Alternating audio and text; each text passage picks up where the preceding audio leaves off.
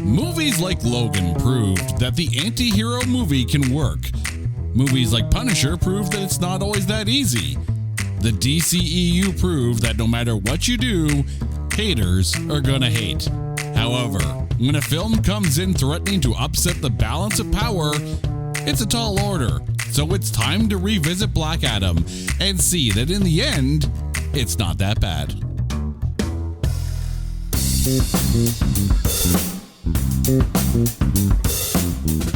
Welcome one and all to It's Not That Bad, the podcast that looks for A grades in B movies. And I am stoked.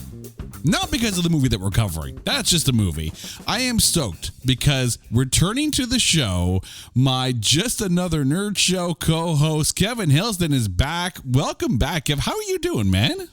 Ooh, yeah. Let's dust off the mic for this one. Yeah, let's go. You remember how the microphone works, right?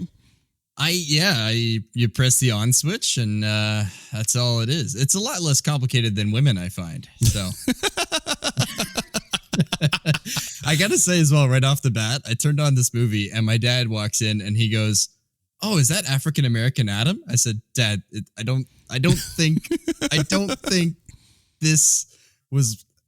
It kind of confused me a little bit. I'm like, is he Black Adam because he's black or he's wearing black? They painted it black. You can say it. It's okay. I don't know, man. I'm so confused. Oh man. Yeah, and the subject for today, of course, is Black Adam. Now, Kev, obviously we talked about this movie over on Just Another Nerd Show last year. I'm going to ask you though, because you were also involved in some of the Grading on a Curve episodes. Were you surprised? Little spoiler alert here, that this actually did not get any Razzie nominations at all. I'm not surprised. I watched the movie again today in preparation for this episode, and I actually found, and you know how I am. Usually I come on this show for It's Not That Bad, and I find new ways to tear movies a new asshole. This time, I genuinely enjoyed it. I found maybe 2 or 3 things I didn't like about it, and a few recurring things. But I'm not surprised it wasn't nominated for any Razzies. I actually think this movie's better than it got. Right. I mean, to quote Cinema Sins, there is no film without sin. But you're right. Like it got a lot of heat and a lot of hate at the time, but we're going to figure out why. But before we do, it is time to take this late entry into the DCEU and trailerize it. Dwayne Johnson, star of the sequel to The Mummy, the sequel to Get Shorty, the sequel to G.I. Joe, the sequel to Jumanji, the sequel to Journey to the Center of the Earth, and multiple Fast and the Furious sequels, is late to the party once again in the sloppy seconds follow-up to Shazam. He's Teth Adam, a champion to the people of Kahndaq, with the power of the gods, but not of the box office.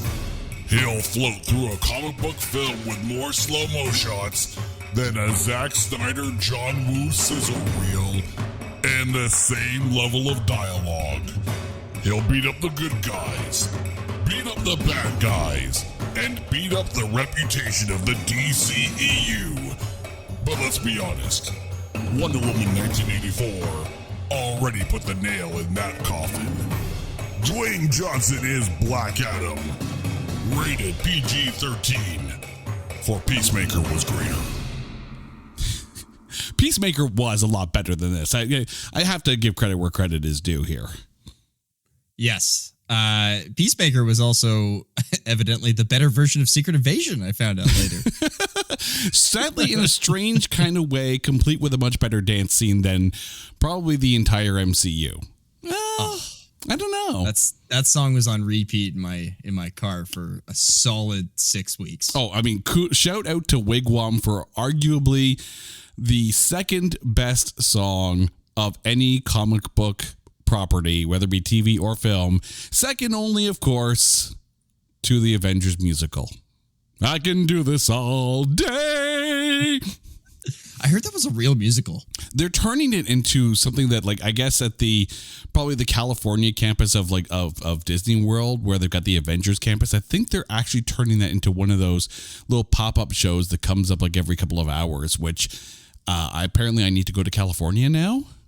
Yeah, I'll help them market this. Do you have $1,200 to spend on 2 tickets? Come to Disney today. It's not that much. It'll be that much. You ever been to Disney, buddy? You're going to lose half your wallet. Sadly, I have, and sadly, I also lost my wallet. But let's get back to talking about Black Adam here. This film stars Dwayne Johnson, Aldous Hodge, Pierce Brosnan, Noah Centineo, Quintessa Swindell, Sarah Shahi, Marwan Kenzari, and Bodhi Sebongwi. And I apologize if I messed up any of those names. I'm doing my best here. There were also cameos, lots of them, by Jamon Hansu, Viola Davis, Henry Cavill, Jennifer Holland, and Henry Winkler for some reason. However, there is an almost starring in this one here. Nazanin Baniati from Homeland and Hotel Mumbai was originally chosen to play Adriana, but the role eventually went to Sarah Shahi. The film is directed by Jamie Colette Serra, who prior to this had directed Jungle Cruise, so they get to do the rock double dip there. However, it was almost directed by Jordan Peele, who apparently turned the film down because he's not that big into superhero films, and he wanted to leave it so someone else who liked superhero movies could direct that. Before we go on, I'm curious though. A Jordan Peele directed Black Adam film, how would that have done, do you think? I don't know. I didn't know he was in the running, so I can't comment on that. Truth be told, I've only ever seen Get Out of his work, and I've binged Key and Peele on repeat. I'd like to think it would be very good. I think he's a very talented director. But it would be vastly different. I think it would be. And I think you'd get a lot of people interested because, of course, the idea of Jordan Peele as a director these days, I mean, he's, one of the hotter names, at least as far as especially horror films goes. I think it would be a bit of a draw to have his name attached to the film. But it wasn't. And this is what we got. As mentioned prior, there are actually no Razzie nominations for this film. However, there are some accolades here. It was nominated for Best Original Score in a Sci-Fi Film at the Hollywood Music and Media Awards. The movie was nominated for Action Movie of 2022 at the People's Choice Awards, and Dwayne Johnson was nominated for Male Movie Star of the Year. At the Black Reel Awards, Quintessa Swindell was nominated for Outstanding Breakthrough Performance Male. Keep in mind, Quintessa Swindell identifies as they, so that's totally cool. At the Visual Effects Society Awards, it was nominated for Outstanding Special Practical Effects in a Photoreal or Animated Project. At the IFTA Film and Drama Awards, Pierce Brosnan was nominated for Best Supporting Actor. And at the Nickelodeon Kids' Choice Awards, Black Adam was nominated for Favorite Movie, and Dwayne Johnson won for Favorite Movie Actor. So, not always the bridesmaid. Sometimes it gets to be the bride. Sometimes it actually gets to win. Where it didn't win was at the box office. The film had a budget of $195 million, and domestically it only grossed $168 million. Worldwide, it made $393. When it debuted on the October 21st, 2022 weekend, it dominated at number 1 with a $67 million box office, the second highest grossing film. Also in its debut was Ticket to Paradise. Now, that being said, on a per screen basis, Black Adam finished second. It was released in 4,402 theaters, according to BoxOfficeMojo.com, for a per screen average of $15,221. However, The Banshees of Inisherin also debuted in very, very, very limited release. 4 theaters. 4. For a gross of $184,454, but that meant that it averaged $46,113 per screen, making it the highest per screen or per theater total. But the reason why we are here, and not because we've missed you, Kev, because we have, Who's we? We What's this we thing, man? we as in myself and the audience listening at this point. Oh yeah. Right? Remember, we're not just doing this just so we can talk. There are people actually listening, I hope. Exactly. Right? Oh, exactly, yeah. Hey, do you have the box office numbers right in front of you? I do have the box office numbers right in front of me. How did they do in China? Surprisingly, boxofficemojo.com does not have anything listed from China. Yeah. That intrigues me. So I've been saying this for years when we were talking about on Just Another Nerd Show, is that when we were talking about WandaVision and we were talking about how I don't think they would do the Mephisto thing because I think there's a law or a guideline or some kind of barrier in place that the Chinese government has in place that they don't let devil characters be on the screen. I think it's illegal, but don't quote me on that. So that's why I was like, ooh, they went for Sabak and Black Adam. I don't know how well they're going to do in China then, because there's a lot of movie theaters that I'm sure would stray from that. So that's what I was just curious about that. That's why. I mean, you are seeing a lot of pushback on North American release movies for a variety of reasons, whether it be references of LGBTQ plus, references of the I can't remember how many dashes it is, the line between China and Vietnam and Barbie kind of thing. Like, you're seeing movies have to sit there and juggle the decision of whether they're actually going to put the content in and serve the film, or maybe make an edit or release have a release specifically for that market. And I mean, you're seeing, I think, box offices, especially the worldwide box office, really start to suffer for certain films because they can't be released in those markets. And it almost feels like you have to have an asterisk in place for, you know, certain eras of time where they're, you know, locking down on content in these films. Yeah, they needed, long story short, they needed another magic person not named Zach Levi to show up and kick Black Adam's ass a little bit. Well, I mean, they had a cameo. They had a cameo. But before we get to that part, we have to talk about why we're here, which is the critics. Over at Metacritic, this film has a Metascore of 41. And over on Rotten Tomatoes, the audience score is 88%. The tomatometer, 50 points down at 38%. Now, you and I both have discussed this on numerous occasions here. Comic book films are for comic book geeks. And with an audience score of 88%, you have to think that the audience, you know, they got served in a good way. Why the hate from the critic? Like, I can see if both numbers were under 50% or under 60%, you can sit there and see, okay, there's a little bit. That's a 50-point swing. What went wrong with the critics? I don't know. And I know you're expecting an answer out of me. I don't know. I want to say right off the bat, it was the 2 or 3 knocks that I had were from a narrative standpoint. It's the same thing that I have when I see a Transformers movie and I walk out of it and I either say one of 3 things. And forgive me, my girlfriend's behind me. She can hear this, and she's been victim to my spiels. But I say one of 3 things coming out of a Transformers movie. I either say A, there was a lot of battling robots and the humans felt kind of thrown in, or 2, that human storyline dragged on way too long. I needed more from the battling robots, or 3, we went entirely on Cybertron and we blew the entire budget.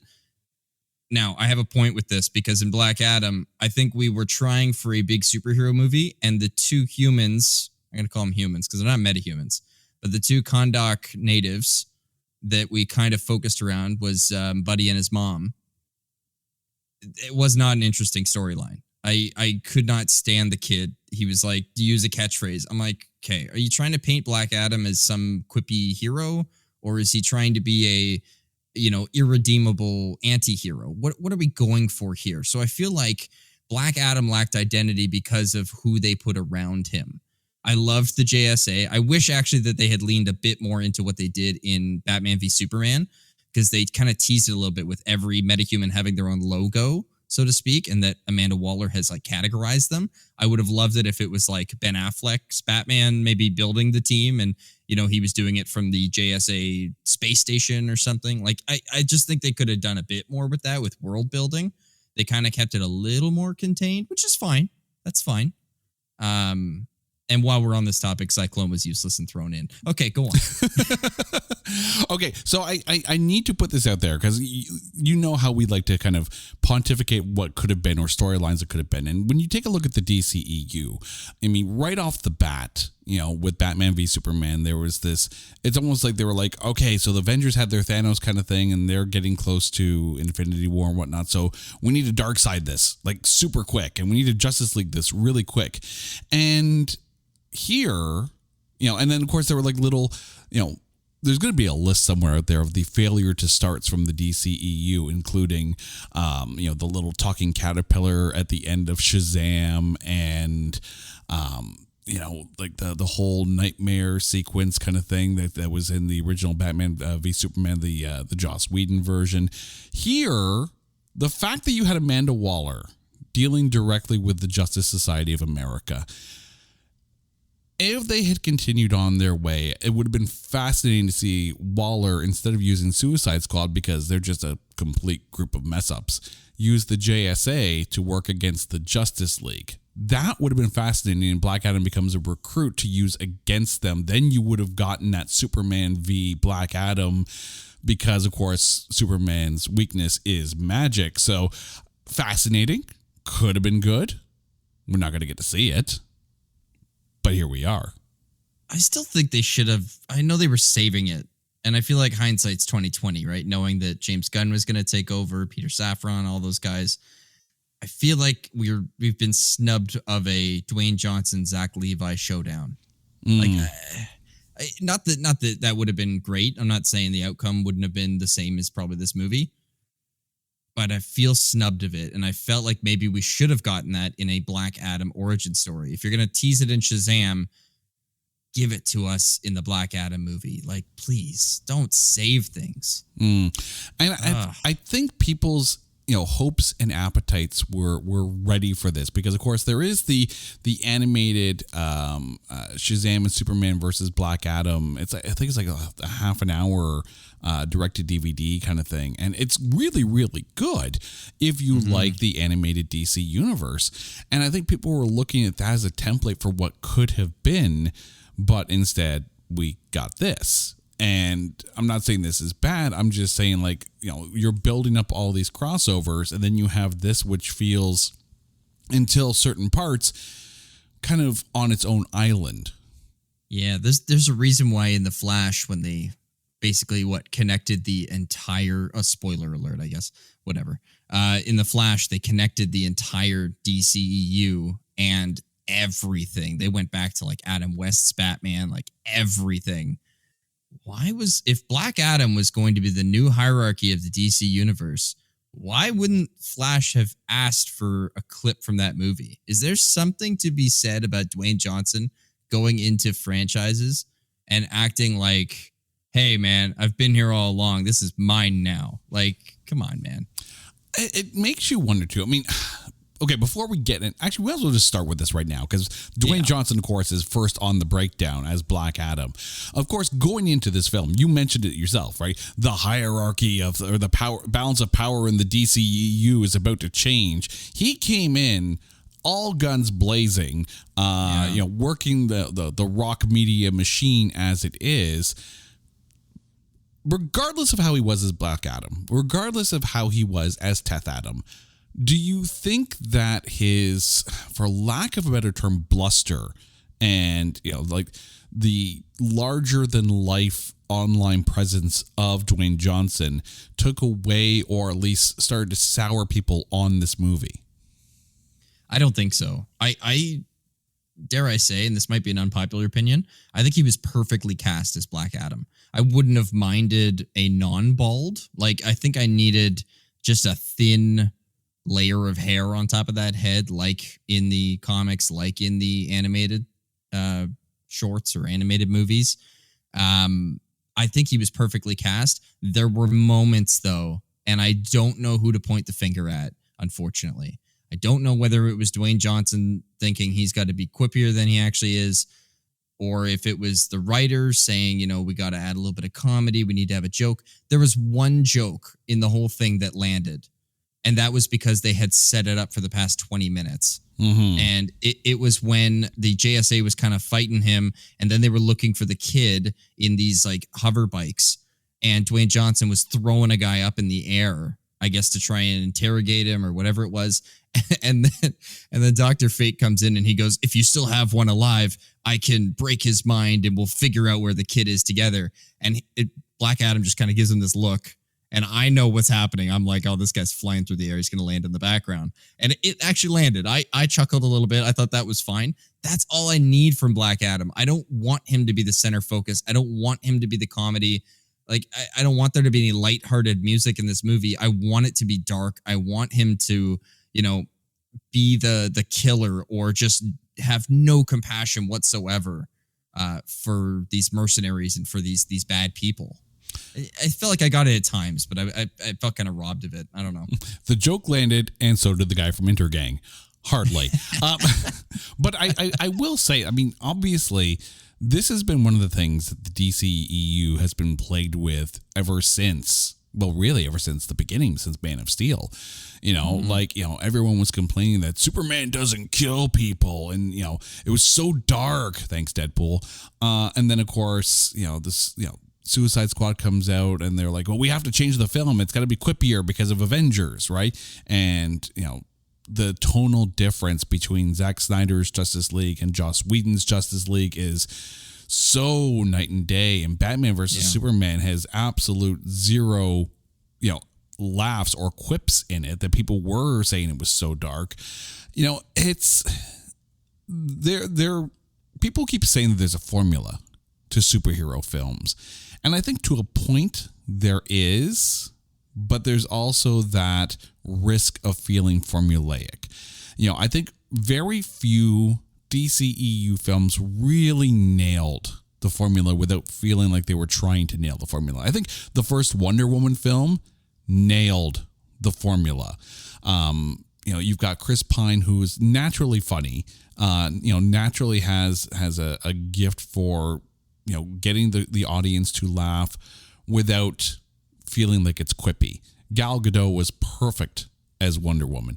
I think the first Shazam film, while it's, it leaned more towards a funnier film, still hit the formula right for exactly what it was. The first Aquaman film, say what you will about Amber Heard, I think she was okay in that film. Personality and real world aside, I think she was pretty good in there. Here, you're right. Black Adam is an anti-hero. And the template for the anti-hero in 2022, when this comes out, has to be Logan. That has to be what you look at and go, if we need to be anything with this property, we need to lean on that tonality. Yes, reluctant hero, questionable morals, but the audience knows at the end of the day, they will do the right thing reluctantly or because of some circumstance. And I think you're right. I don't think there's anyone out there who would have been as good a pick as Black Adam, as Dwayne Johnson. It's almost like he was made to be that. And hair aside, I could deal with that. And the fact that they play him as an anti-hero instead of a straight villain, well, that's out of the New 52 line. So that's okay too. I just think you're right. In this case, Teth Adam cannot be the bringer of quips. You can have other people funny around him. He can't be the bringer of quips. He needs to be the bringer of kick-ass. Yeah. A question for you. Yes. Speaking of, what was the word you used before? Talk about there being like a story laid out for superhero movies. What was the word you used? The template? A template. Thank you. If we're speaking of a template, so going into this movie, I thought to myself, okay, because I didn't really remember before today. I didn't really remember what the storyline was. I was like, okay, I think this happens, then this happens. Big punchy, Atom Smasher gets big. I thought to myself, okay, what would be the most reasonable plot if I were making this movie? And I thought to myself, okay, Black Adam needs to show up, be a bad dude, or at least get on somebody's radar. He needs to be stopped. And then there needs to be a greater threat that our initial heroes that stopped him can't stop. And they actually need to release him and work together with him. And I'm like, oh, okay, so that's the plot of this movie. Having said that, if we are following that plot line, was this the team of four? Like, objectively speaking, obviously we know how this movie ends and everything. Was this really the team of four that was going to stop Black Adam if that was the template? I mean, you have Hawkman for brute force. No problem there. I loved Hawkman, by the way. His personality matches Black Adam's perfectly. Mm-hmm. Go on. You have Dr. Fate, so magic versus magic. Makes sense. Absolutely. Yeah. I think you can make an argument for Cyclone in that you need someone who's going to be able to use the elements and create distractions so you can, maybe disguise the magic and the brute force as they're coming towards him. You just described Dr. Fate, but go on. Mm-hmm. Well, she's unnecessary. She is unnecessary. I think if she's the distraction, that means Fate can focus on the magic. So I have no problem with Cyclone there. Atom Smasher. I got a huge problem with Atom Smasher because you have to think that you're sending someone who is untrained, wearing their uncle's suit, and you're dealing with, seemingly everyone knows all about Black Adam. So why would you send someone who's that green into Kahndaq and basically that what's going to happen? Yeah. I was fully expecting him to pass out at one point, but then I was like, they can't go for a full Ant-Man ripoff. Because, all that energy being used, and then he's eating a bucket of KFC or something after. I think Noah Centineo did a great job with his character, though. Mm-hmm. Having said that, if he's going to be the comedy, if he's going to be your Deadpool-type character, he's got the eyes and the mask for it and everything. If he's going to be your Deadpool-type character, if he's going to be used for laughs, Pierce Brosnan, more of a serious character. Aldous Hodge, more of a serious character. Cyclone, again, just an afterthought. Can we not have Black Adam be quippy? I know I said it before, but I liked that Smasher was used for some things. Adam needed to be really intense. See, he was at times. But there's this one line, and again, one or two of the quips kind of fit.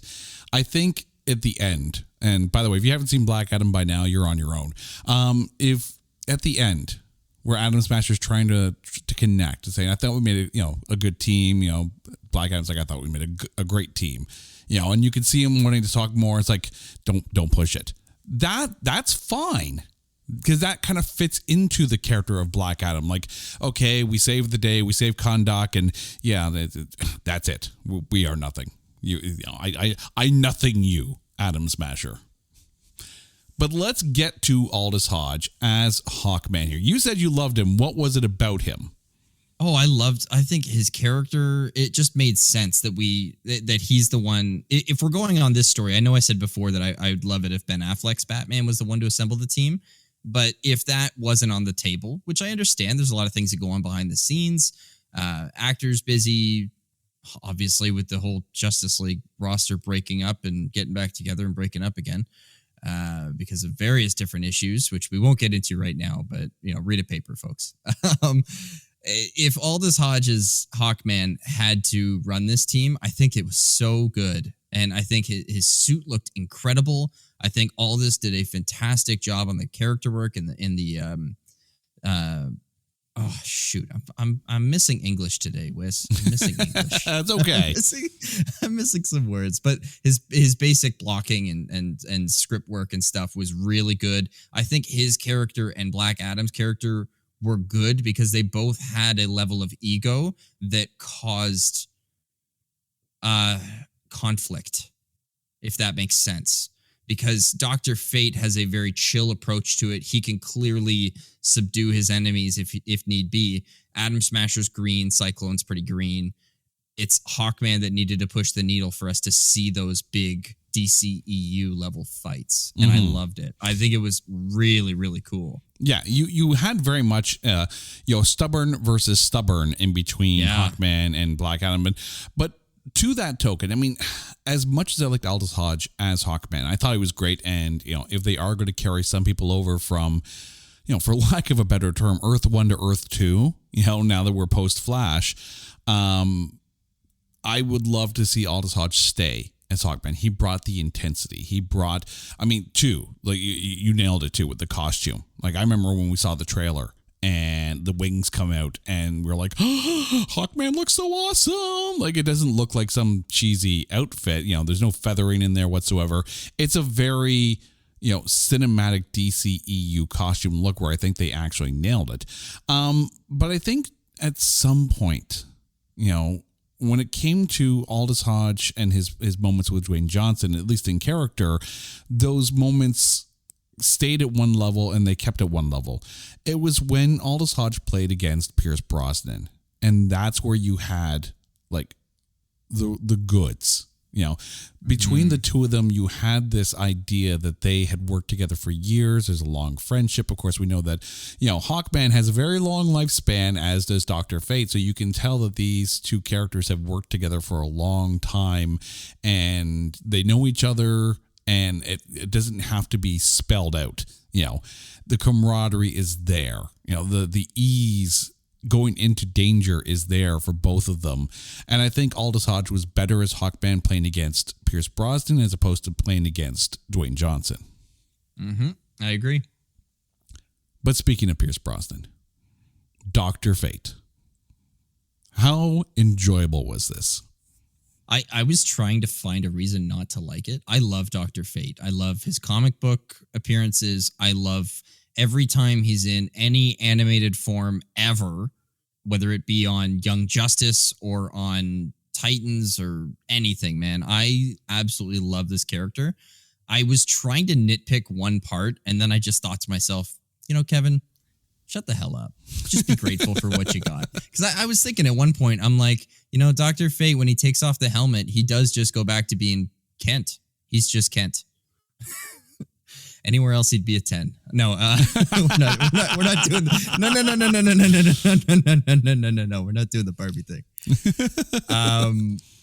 But when he takes off the helmet in the comics, he does go back to just being Kent. So I was thinking, I'm like, okay, it's a little bit of a different take on the character.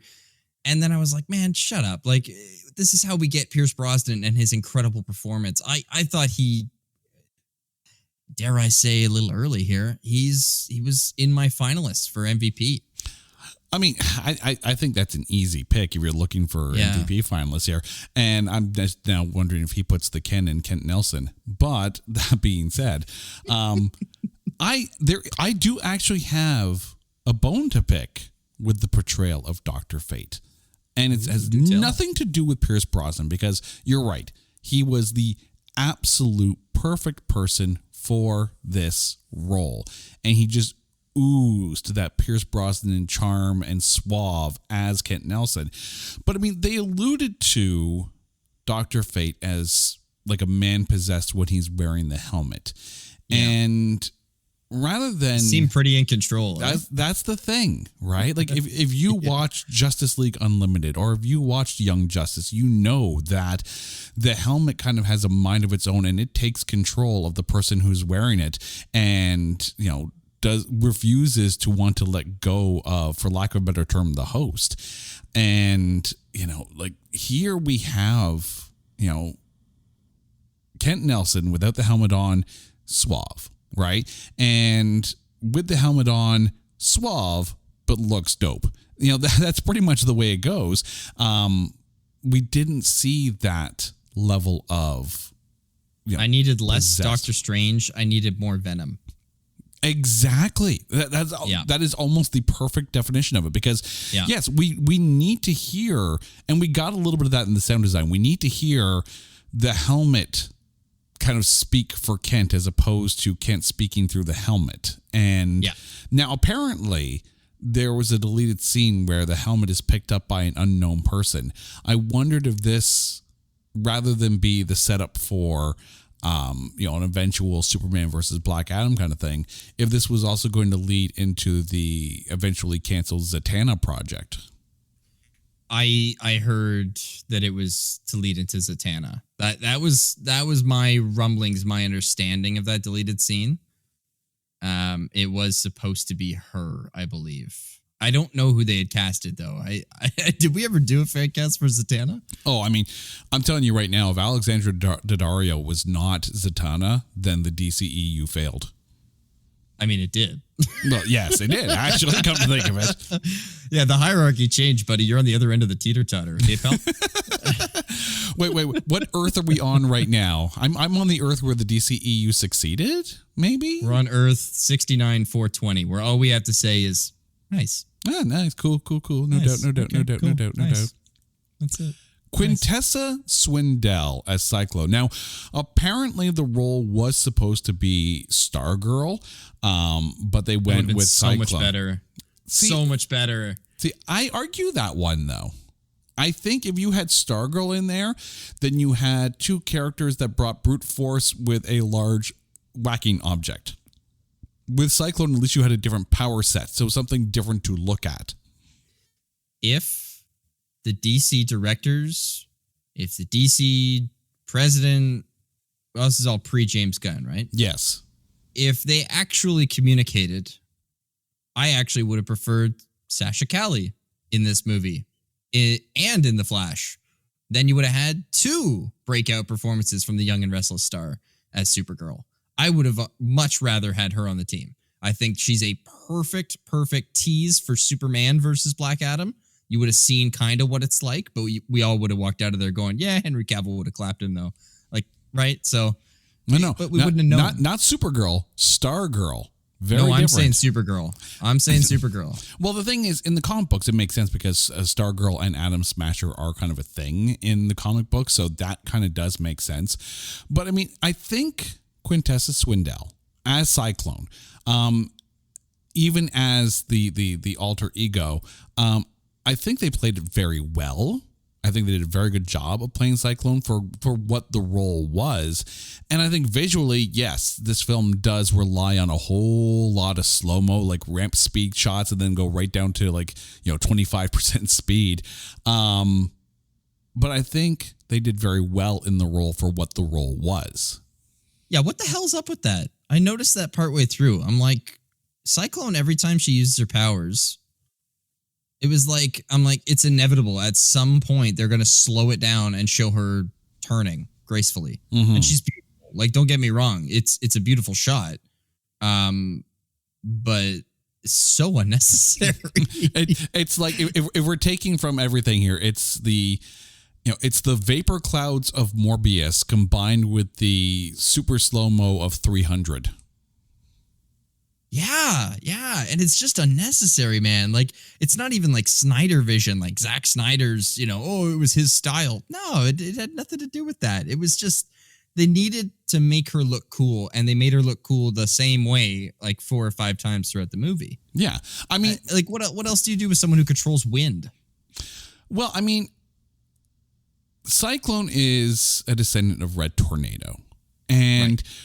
Red Tornado could have been a very, very cool character, but I don't know if you would want to, let's be honest, Cyclone is kind of the Smurfette of this JSA team that they've sent in to stop Black Adam, because you have to have, for lack of a better term, the Smurfette. It's a Hollywood cliche. It needs to happen. Red Tornado would have been a very cool character, and then you could have had focused wind powers in there. Yeah. I don't know. I needed something else.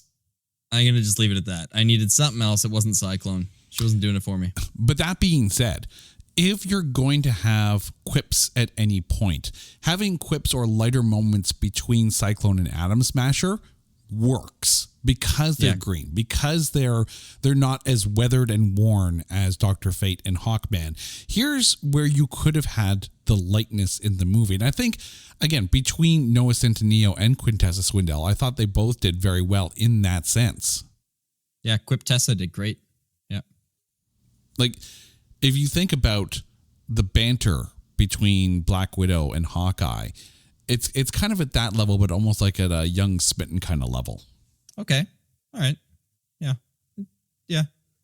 As you can tell, I'm kind of indifferent on this personally. I could be without it, and it didn't. Yeah.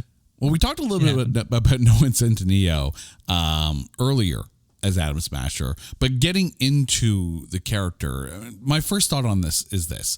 You're right. It's kind of like the combination of Ant-Man and Deadpool, and the way the mask looks doesn't take that Deadpoolness away from it.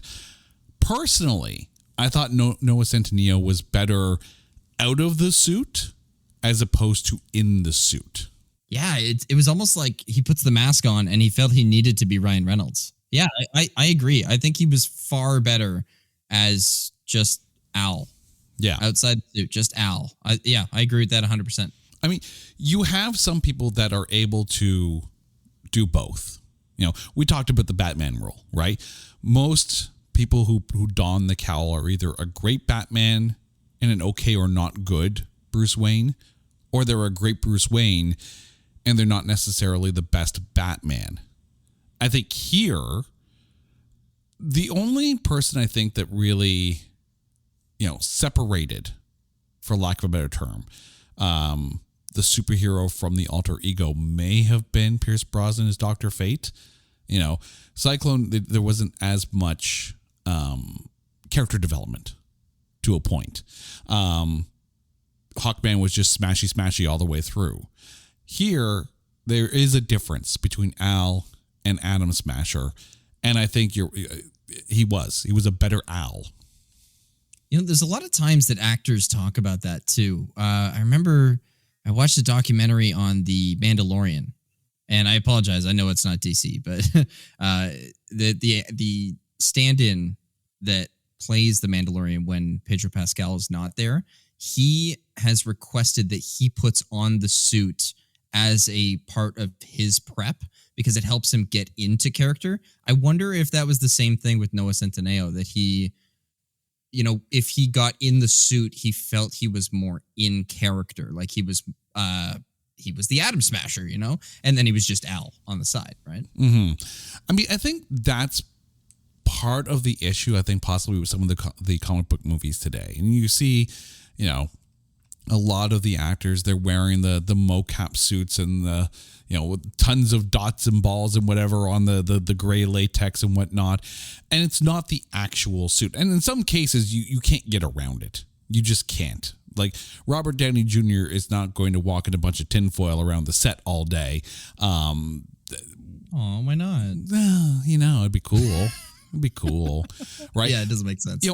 An outfit like Captain America, you can wear that all day. All you gotta do is take off the mask if you need be, right?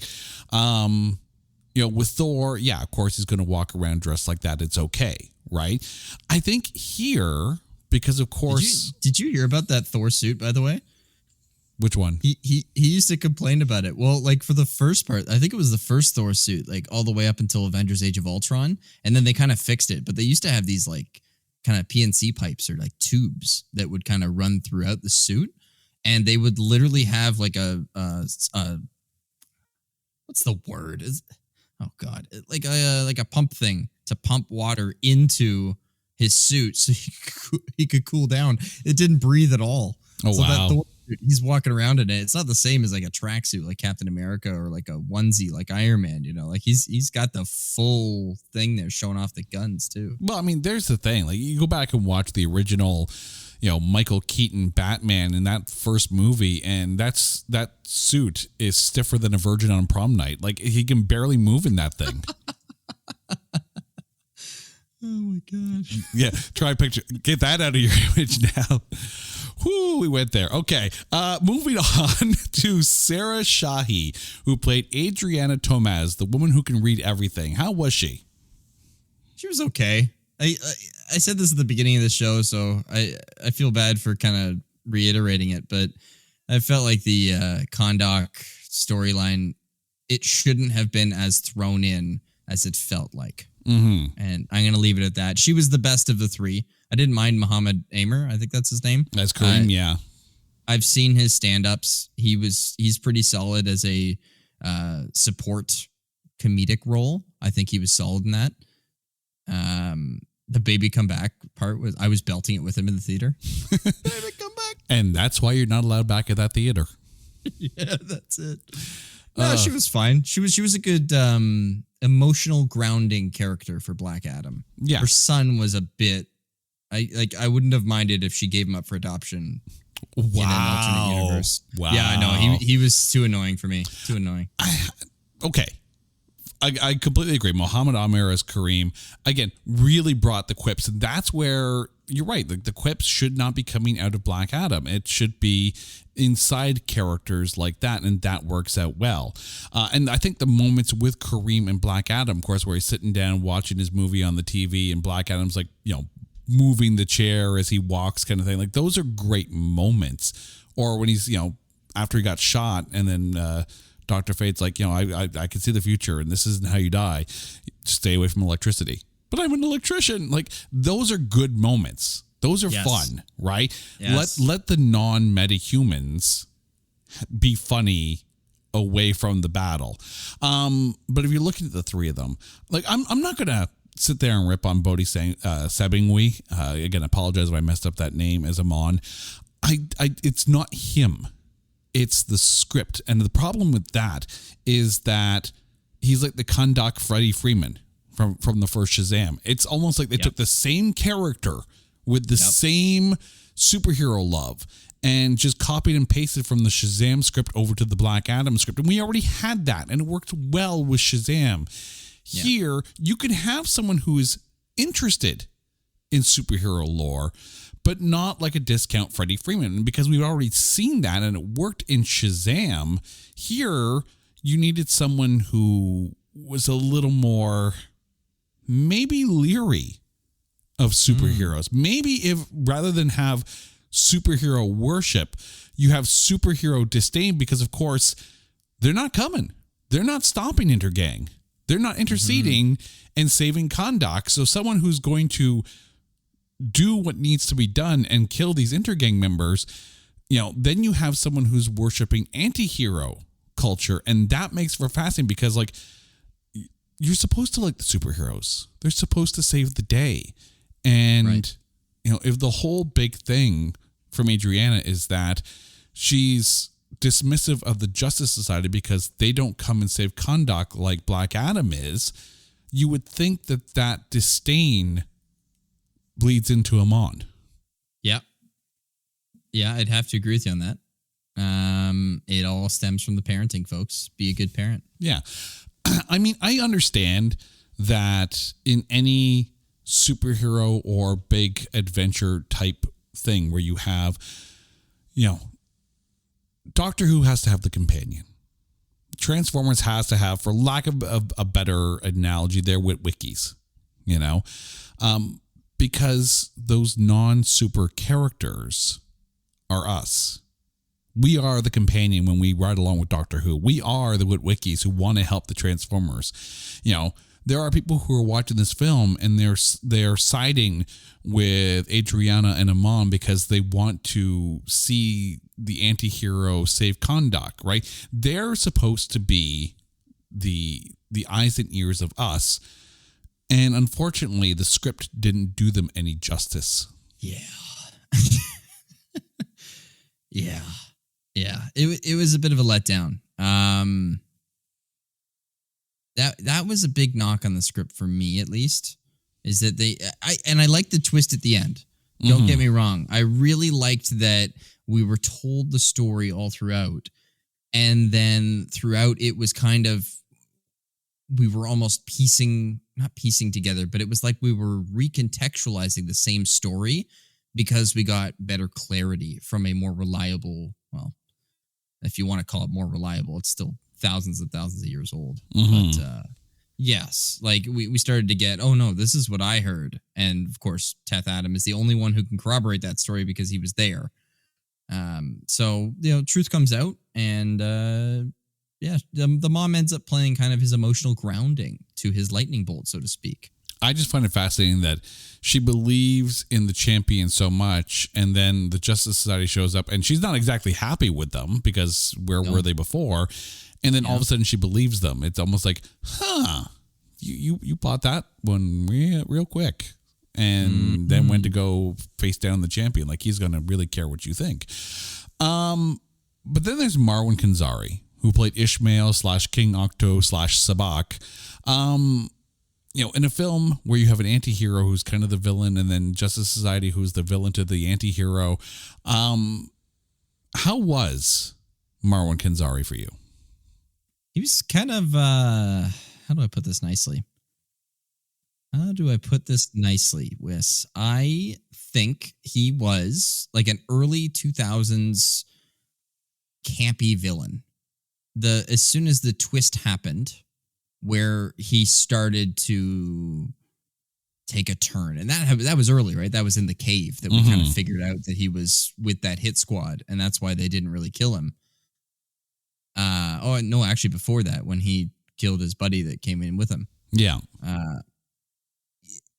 We started to figure out at that point that, okay, so he's going to do a lot of really stereotypical campy villain things. He's going to kidnap the kid. It was pretty telegraphing for the most part.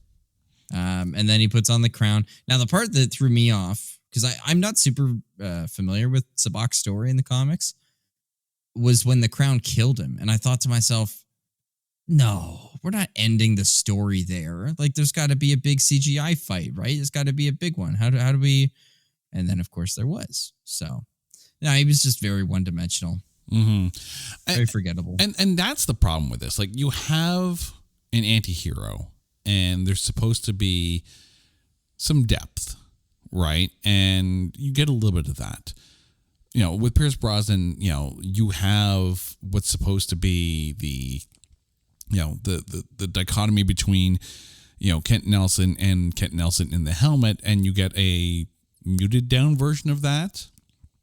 You get Hawkman, who is, just go in and smash things, with his mace.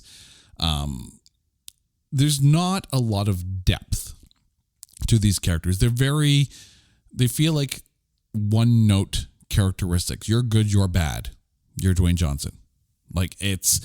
You're good, you're bad, you're Dwayne. Pretty much, right? I love the way that's phrased.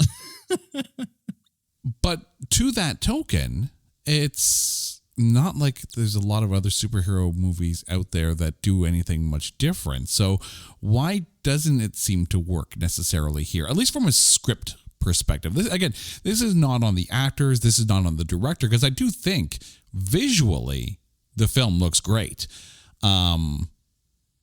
I could have done without the stock music score through the whole thing, but why doesn't the script land as well? I'm glad you brought up the score. Do you mind if I want to get to the script real quick, but I want to give credit where credit's due. There's one sequence in particular that, first off, I thought was very Iron Man 1-esque, of him emerging from the cave, reborn, and lots of fire around him.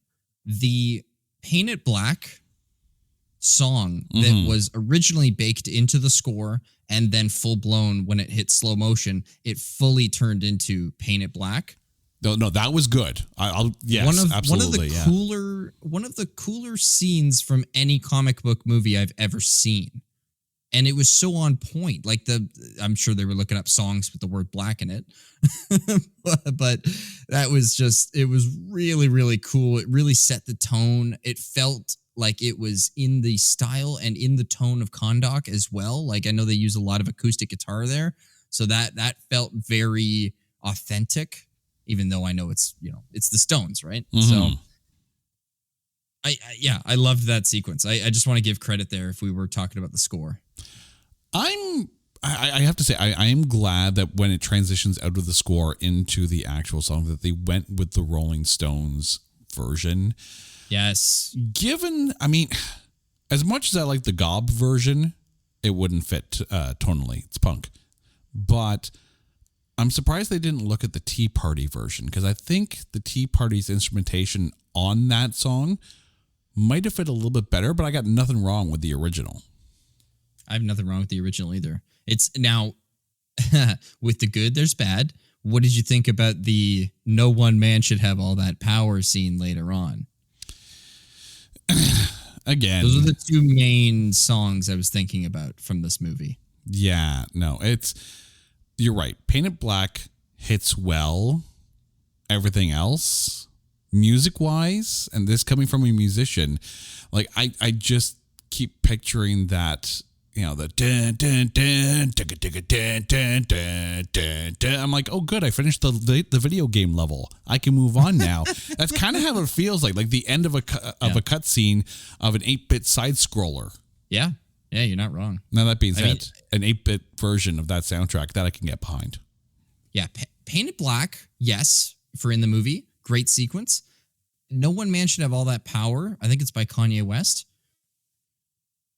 That should have been a trailer song, like a first teaser trailer song, and it could have been obviously changed, not like the original song. I think that would have maybe served it better. I think it fits with Black Adam. It didn't fit in that moment. I don't know. It's just my thoughts. Maybe we needed Fade to Black from Metallica. Yeah. Hey. Right. Hey, I'm not opposed to it. We score it. That's got a good one too. But getting back to the script, why does this script not land as well as others, even though it does a lot of the same things that others do? I think the characters are flawed. I think that they try to tell you in the beginning that they are a certain way, and throughout you see them changing. And typically in these stories, there's a causality. There's something realizing, like the fact that Black Adam felt the need to have a catchphrase because a kid told him to have a catchphrase. Like, come on, excuse me, come on. And then on top of that, why Noah Centineo's Atom Smasher, why he wasn't completely terrified rather than he was just quipping all the time. And again, I laughed at some of the jokes. I enjoyed them. But if you're going to comment on how green they are, they should mess up. Yeah. They should do things that are not professional. They should be a little timid. They should maybe run away from a fight, maybe go to save the people when, the battle's right there, and maybe do something against Hawkman's wishes that they believe, like something that's inexperienced. That's something I'll give to Justice League. When they're first fighting the parademons, right? And Flash, Batman, right? Batman has to pull the Flash aside and say, save just one, right? Like Flash is terrified. Flash is completely out of his league. Yeah. That made sense. We got robbed of that relationship. That was going to be, I believe, a bit of a Tony Stark Spider-Man relationship. Mm-hmm. And I think we got robbed of that. I really, really believe, especially with the end of The Flash as well. Again, I'm spoiling the end of The Flash, but who cares? Where we have like 4 different Batman and we don't know who's our Batman anymore. Well, it's not going to be any of them, but yeah, it's not going to be Val Kilmer, that's for sure. Oh, buddy. Yeah, I went there. Wow. Okay, let's get to the cameos here, because of course there was a lot of talk about those cameos. Starting off with Viola Davis returning as Amanda Waller. Obviously the best part of the Suicide Squad movies. When she popped up on Hawkman's screen, how happy were you? I was happy until she said the words, "Who's on the team?" She's Amanda Waller. She's the Nick Fury of the DC universe. Mm-hmm. You don't ask stupid questions, and don't ask questions you already know the answer to.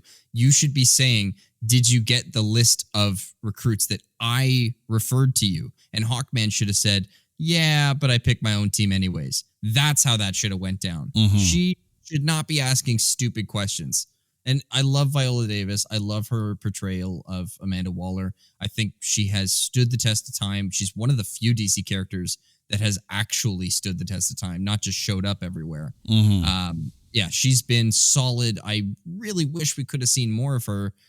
But I'm also very glad that this universe is ending, because they've wasted 5 to 10 fantastic castings among a horrible sheet of horrible writing and spotty CGI and no project planning whatsoever. So it seems. I don't know if they have boardrooms, but this is what it comes across as to us fans.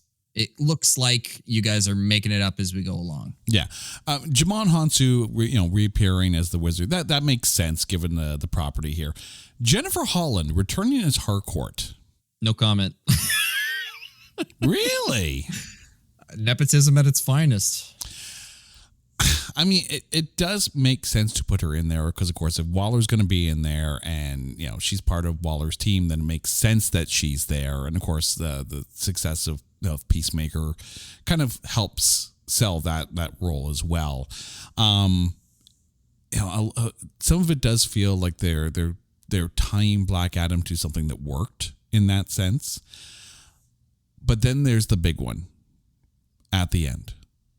Henry Cavill as Superman, which kind of feels anticlimactic now. But I mean, how I know this cameo got spoiled on Twitter because Twitter is a cesspool of ruining things.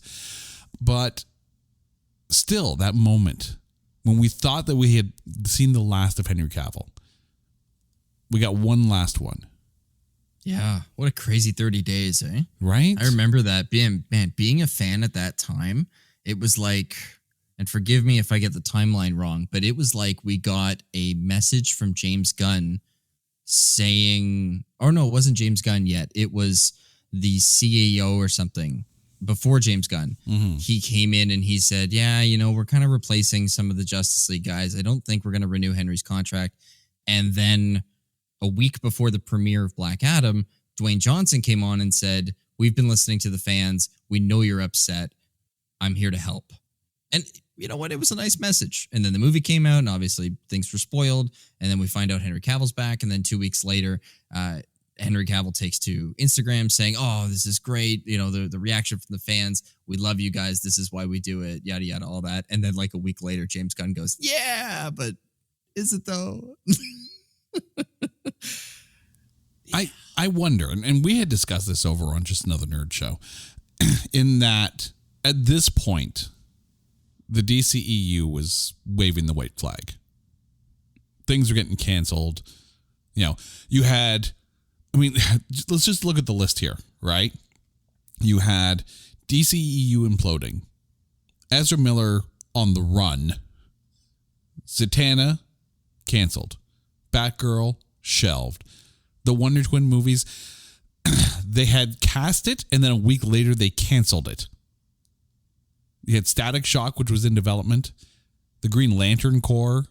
We don't know what's happening with Wonder Woman 3. Like, it felt like, any of those DC, Hall H type presentations got thrown out the window. And you're eating the table scraps of what's left because the meal is going to be served anyways. Is it hard to get hype for a project that in a franchise is dying? Well, that's why I thought this was a little timely that you asked me to do this because of the release of Blue Beetle, right? Mm-hmm. And I think we're going to be seeing that firsthand. My brother even, he's not even a big comic book guy, he texted me the other day. And he goes, hey, have you heard Blue Beetle? It's bombing. I'm like, well, it's not out yet. So he goes, oh, yeah, well, I heard it's going to bomb. I said, well, we don't know that, but we know that. Like, it's projected to have DC's lowest. And I feel bad for Zolo, last name I cannot pronounce. So I'm just going to keep calling him Zolo from the Karate Kid spinoff. Right. Because I genuinely think in another timeline, he crushes it as Blue Beetle. Maybe even in this movie, I think he'll crush it. I think he should. I think every piece is in place to do well. It's just in an era where we're doing this world building, right? We're hearing about Kong and Godzilla and how they're doing another thing now. I think it was confirmed maybe a month ago or something that they're doing a third or fourth movie now. And then they're doing something with Transformers and G.I. Joe. And now they're doing something with Marvel, not now, but they've been doing stuff with Marvel. It's really hard as a fan to get invested in these storylines when you know that they're not really going anywhere. Like, I'll watch it, but I'm not going to give you any money for it. I'm going to just keep paying for the streaming service that it's inevitably going to end up on, right? Mm-hmm. I mean, 2022 was weird, right? We're getting out of the pandemic. The theaters are starting to open up. And I remember, going to see the Batman and was it The Lost City with Sandra Bullock, and some of these early 2022 movies, and the theater was empty. And it was weird because you weren't quite sure if it was safe. You had people who were legitimately probably dealing with a fear of going out, a fear of being around people, because for 2 years we were told, stay the away from people. And we did. And it takes some time to ramp back up. And then throw in the fact that the cost of everything has gone up. Aside from the cost of movie tickets and the cost of popcorn and everything else they charge you for at the movie theaters these days. You have food costs more, gas costs more, everything costs more. Can you justify going to the theaters? And there's going to be, when the movie history books look back at these early post-pandemic years, they're going to have to put an asterisk, I think, on every box office that's not Barbenheimer, and say it's not, people weren't ready to spend that money at that point. And I think, too, you mentioned the streaming services. Everyone's got a streaming service right now. And if the pandemic taught us anything, it was patience.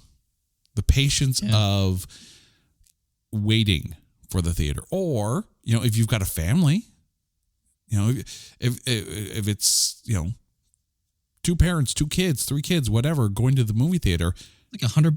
That's a ton of cheddar right there. Whereas you wait 2 weeks and you can rent it on your cable package at home. I'm going to say that, knowing that people probably just streamed illegally, but let's say they just let's say they rent it from home, from like Prime Video or something like that. Whether you're paying one price to rent and getting everyone to sit at home with your own homemade popcorn and save a ton of money. Mm-hmm.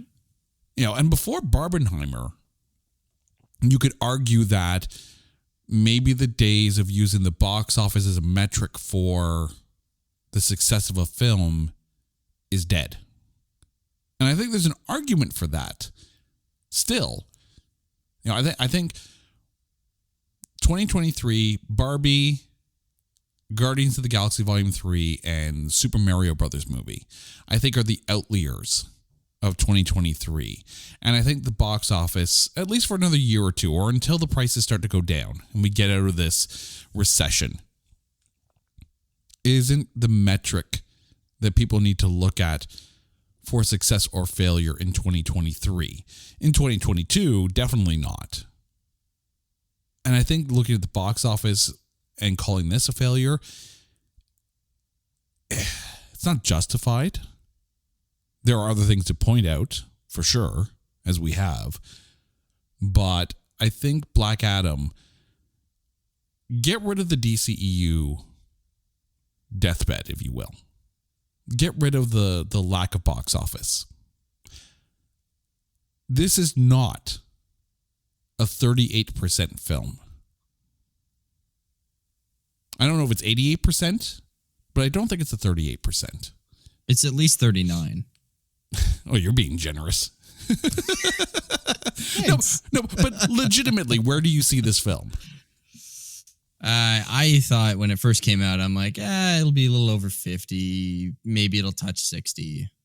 I didn't see it being the, Across the Spider-Verse sitting at 99% or whatever it was for as long as that was. No, I have a feeling like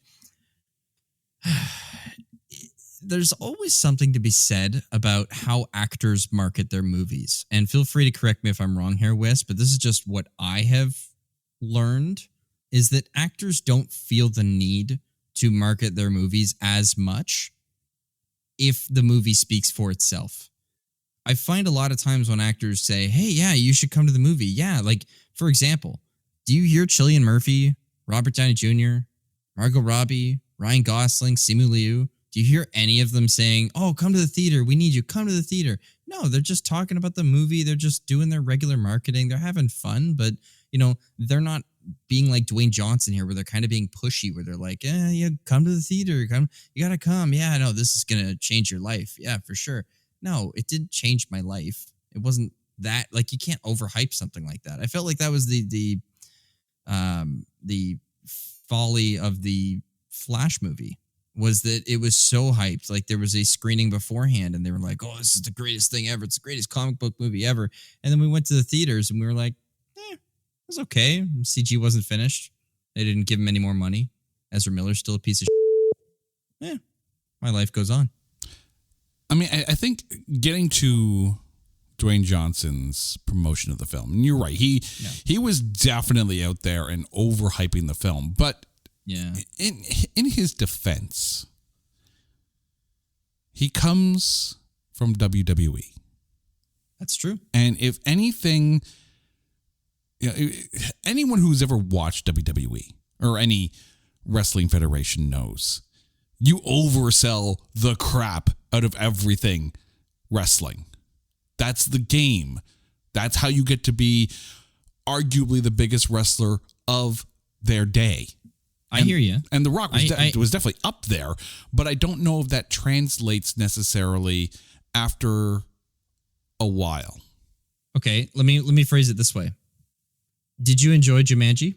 I did, but it wasn't for Dwayne Johnson. No, it wasn't. Did he hype the shit out of that movie? Not as much as Black Adam. Not as much at all. So I felt like it felt almost desperate that he was trying to get people out to the theaters. Like, he was really trying to become the main focus of this thing. I wonder if, and you take a look at the tonality of it, right? Like, when he was promoting Jungle Cruise, it wasn't as ferocious. It was more in a fun way. And maybe that's more on the property per se. But here he is coming out and saying, the power structure is going to change in a franchise that's literally on its last legs. You're definitely overhyping, for sure. And it did feel more all about him, where I'm not going to lie, what I was looking forward to was watching Pierce Brosnan as Dr. Fate. And, you're right. Had it been a much more badass Teth Adam, I think would have sold better, because that's what made Hugh Jackman the best Wolverine. Yeah, no, you're not wrong. I feel like if Dwayne Johnson had taken like the hockey player approach to this movie and had listed off all of his castmates and said, look, you're getting stellar performances from this person, this person, this person. Oh, and we're also introducing a small character called Black Adam. Like, just kind of threw himself in at the end. Mm-hmm. I feel like this would have done a little better, because if you hype up the group, then the group thrives. If you're really just piecing yourself together, then people at the end of the movie, even if your character was the outstanding character, all they're going to say at the end of it is, okay, well, we could throw away the rest of the cast, and whose movie is he going to show up in next? Like, I mean, it's also too not that far off of the whole, it feels like he kind of broke up the family in the Fast and the Furious, where you had all of a sudden you had the Hobbs and Shaw film, and you had him and Vin Diesel kind of sniping at each other. And like, Fast and the Furious is like an unstoppable train or car or whatever they're driving these days. You can't really stop that franchise. It's going to make money, most of it overseas, and maybe it's just me. And now, yes, apparently now they've mended fences and they're back to being cool and part of the family. Did Dwayne Johnson feel like a homewrecker when it came to the Fast and the Furious? I mean, you could say that about multiple franchises there, Wiss. Mm-hmm. You could say that about many things. You could now say that about DC, although there was a lot of things going on behind the scenes. But I genuinely think Dwayne Johnson meant well when he came into DC. He brought back Henry Cavill, even if it was for a cameo. Like, he was trying to show some good faith. He was bringing in characters that, like Dr. Fate. Like, can you imagine if they reset the DC universe and we said, wow, in the Snyderverse, we never got to see Dr. Fate or Hawkman or Hawkgirl, like any of these. I'm glad that he didn't just pull from, because he easily could have had a Black Adam movie and had the Justice League in it rather than the Justice Society. Yeah, I think he could have waited. It was the right call, I think, to go with the Justice Society because it was different, right? Yep. And the whole idea is that, probably you're leading towards the Justice League going against Black Adam, or maybe, Black Adam starts or gets recruited by an eventual Legion of Doom or whatever. But obviously that's in another Earth. That's in another Earth. But Kevin, it has come time. Who is your MVP of Black Adam? Ooh. Now, okay. I got to preface it with this. MVP. It's most valuable to the plot, most valuable to the movie. It's always the conversation in sports, right? Most valuable to the team or most valuable to the league? Okay, if you're doing the Black Adam here, you got to stick to the game plan, put lightning bolts on the net and good things will happen. But I think it's the MVP here, right? Exactly, right? Lightning bolts in deep. Let's go. Whoa. Certain connotations with that one. Well, well, at least it's not in Michael Keaton's Batman suit, but that's okay. But if the MVP in this sense is the most valuable part of the film for your enjoyment. Okay.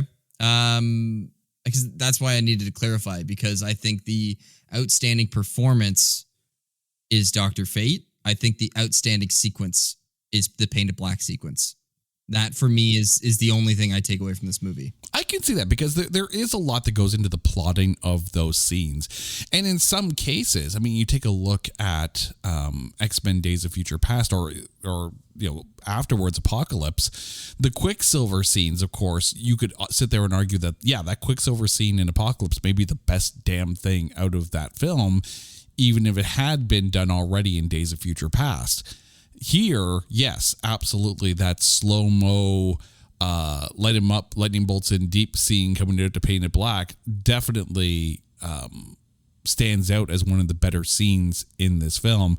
And again, I completely agree. Pierce Brosnan, without a doubt, not just the character of Dr. Fate, but Pierce Brosnan himself, my MVP for Black Adam. Because let's be honest, if you're going to put Pierce Brosnan in anything, even if the movie sucks, he's going to be good. Still can't get over the King's Daughter from the movies of 2022.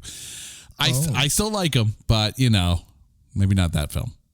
Kev, thank you so much for joining in and coming back to have a little fun with a little bit of geekery. Now to you, our listeners, you guys know the drill. If there is a film out there that you think is unfairly maligned or is just so bad that there is no way in conduct that we can find anything good to say about it, hit us up on X, I guess, at Not That Badcast, or on any other social media platform at Not That Badcast. Or go to our website at notthatbadcast.com. And while you're there, make sure you check out our coming soon page so you can see some of the movies that we are going to be discussing on this show in future episodes. And drop us a line. We'd love to hear from you guys. Until next time, Kev, thank you so much. Listeners, you guys are awesome. This is It's Not That Bad. Take care.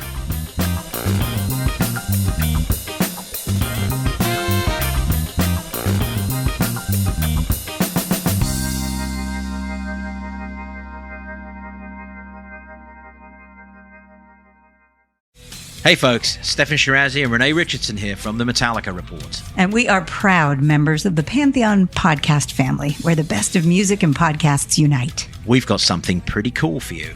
We're giving away an exclusive Metallica merch package worth over $250. That's a whole lot of Scary Guys, Skulls, M72, and other sought-after Metallica swag.